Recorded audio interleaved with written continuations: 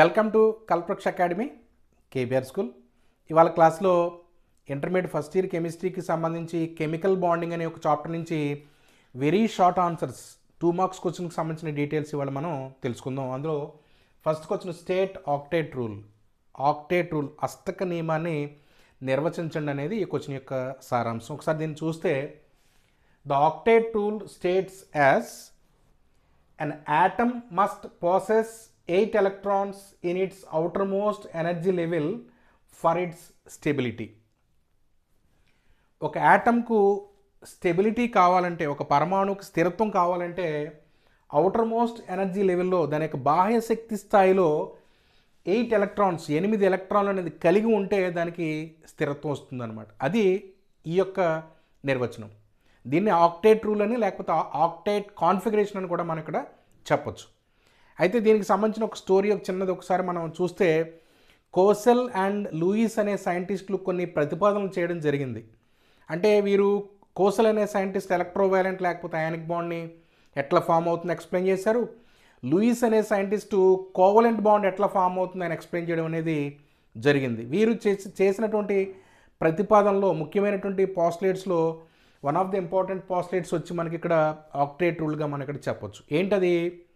Zero group elements లేకపోతే inert gases helium, neon, argon, krypton, xenon, radon ఏవైతే ఉన్నాయో వాటిని మనం ఇనర్ట్ గ్యాసెస్ అని లేకపోతే నోబెల్ గ్యాసెస్ అని పిలవడం జరుగుతుంది. ఇది గ్రూప్ 8గా మనం ఇక్కడ చెప్పడం జరుగుతుంది.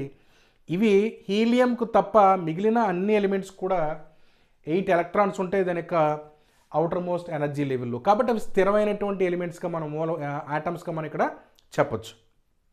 అయితే ఇక్కడ రెండు ఉన్నప్పటికీ కూడా హీలియం అనేది స్టేబుల్గా ఉంటుంది, ఇనర్ట్గా ఉంటుంది. అలాగే మిగతావన్నీ 8 ఉన్నా అవి కూడా స్టేబుల్గా ఉంటాయి, అవి కూడా కెమికల్ ఇన్యాక్టివ్గా ఉంటాయి అన్నమాట.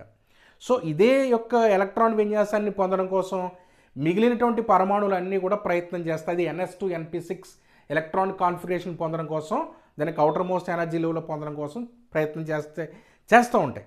సో ఈ ప్రయత్నం చేసే భాగంలో ఈ యాటమ్స్ అని ఏం చేస్తాయంటే ఎలక్ట్రాన్లు కోల్పోతుంటాయి, ఎలక్ట్రాన్లు గ్రహిస్తూ ఉంటాయి, ఎలక్ట్రాన్స్ని షేర్ చేసుకుంటూ ఉంటాయి.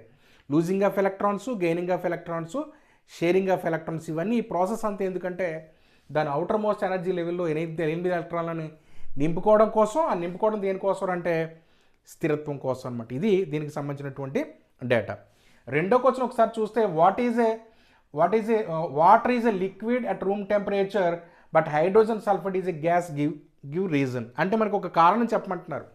వాటర్ అనేది లిక్విడ్గా ఉంటుంది గది ఉష్ణోగ్రత దగ్గర, అదే గది ఉష్ణోగ్రత దగ్గర మనకి ఇక్కడ హైడ్రోజన్ సల్ఫైడ్ అనేది మనకి గ్యాసెస్ స్టేట్లో ఉంటుంది. కారణం చెప్పండి అనేది ఇక్కడ ఈ క్వశ్చన్ యొక్క సారాంశం.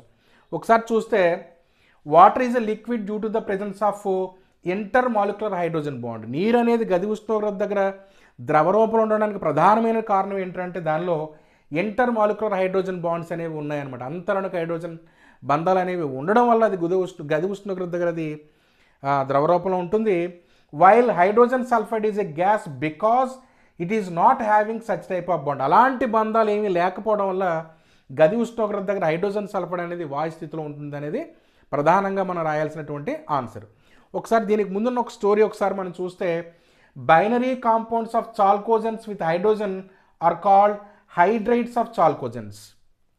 చాల్కోజన్స్ అంటే 6th గ్రూప్ని మనం చాల్కోజన్స్గా పిలుస్తాం. మనం ఇక్కడ ఎప్పుడైతే ఈ చాల్కోజన్స్ అంటే మనకి చాల్కోజన్స్ అంటే 6th గ్రూప్లో ఉన్న ఎలిమెంట్స్ ఏంటి, మనకి oxygen, sulphur, selenium, tellurium and polonium. ఇవి ఎప్పుడైతే మనకి హైడ్రోజన్తో కంబైన్ అయినాయో, ఆ కాంపౌండ్స్ ఇచ్చినాయో, అలాంటి వాటిని మనం హైడ్రైడ్స్ ఆఫ్ చాల్కోజన్స్ అని పిలవడం జరుగుతుంది. ఇందులో వాటర్ ఒకటి తప్ప మిగతావన్నీ కూడా మనకి ఫౌల్ స్మెల్లింగ్ పాయిజనస్ గ్యాసెస్ అనమాట. అంటే చెడు వాసన కలిగినటువంటి విషవాయువులు అవన్నీ కూడా రిమైనింగ్ అన్నీ. వాటర్ ఒక్కటే మనకి ఏంటంటే గది ఉష్ణోగ్రత ద్రవ రూపంలో ఉండేటటువంటి అవకాశం ఉంటుందన్నమాట. ఎందుకంటే మనకి ఇక్కడ క్వశ్చన్లో ఈ రెండింటికి సంబంధించిన డేటా మాత్రం మనకు అడిగారు, ఇది మాత్రం మనం చెప్తే సరిపోతుంది. ఈ 2 పాయింట్స్ రాస్తే చాలు.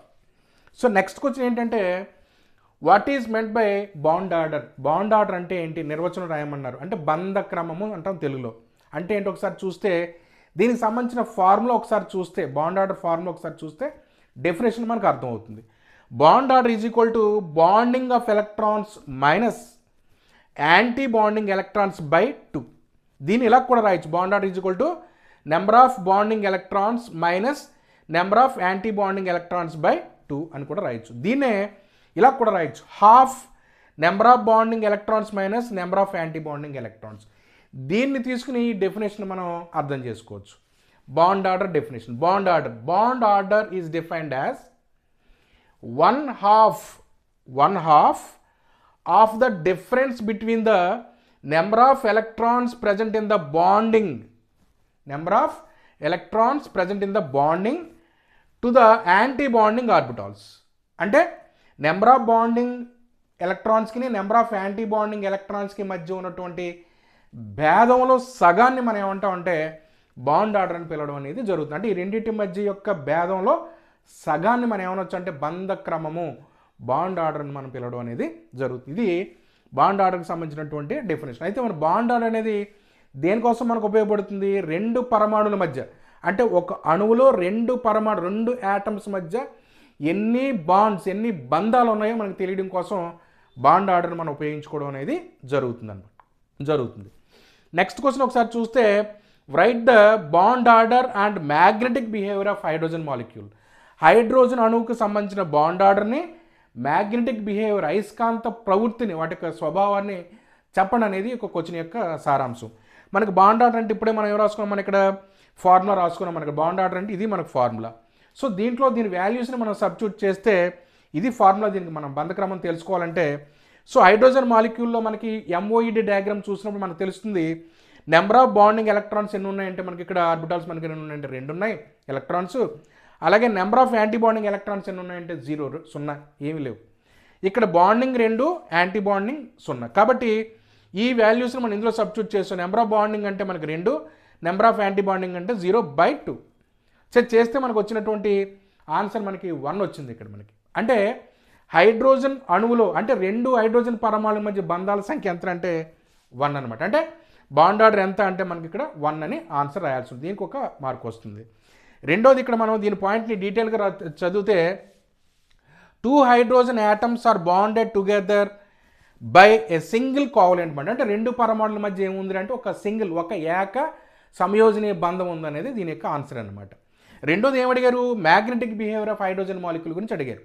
అంటే మ్యాగ్నెటిక్ బిహేవియర్ అంటే 2 పాయింట్లు మనకు గుర్తుండాలి. ఒకటి, ఒంటరి ఎలక్ట్రాన్లు ఎప్పుడైతే ఉన్నాయో, అన్పేర్డ్ ఎలక్ట్రాన్స్ ఎప్పుడైతే ఉన్నాయో అది ఏం చేస్తున్నట్టు పారామ్యాగ్నెటిక్ బిహేవియర్ని, ఎప్పుడైతే అన్పేర్డ్ లేవో అది డయామ్యాగ్నెటిక్ నేచర్ని కలిగి ఉంటుంది. ఇది ప్రధానంగా గుర్తుపెట్టుకోండి.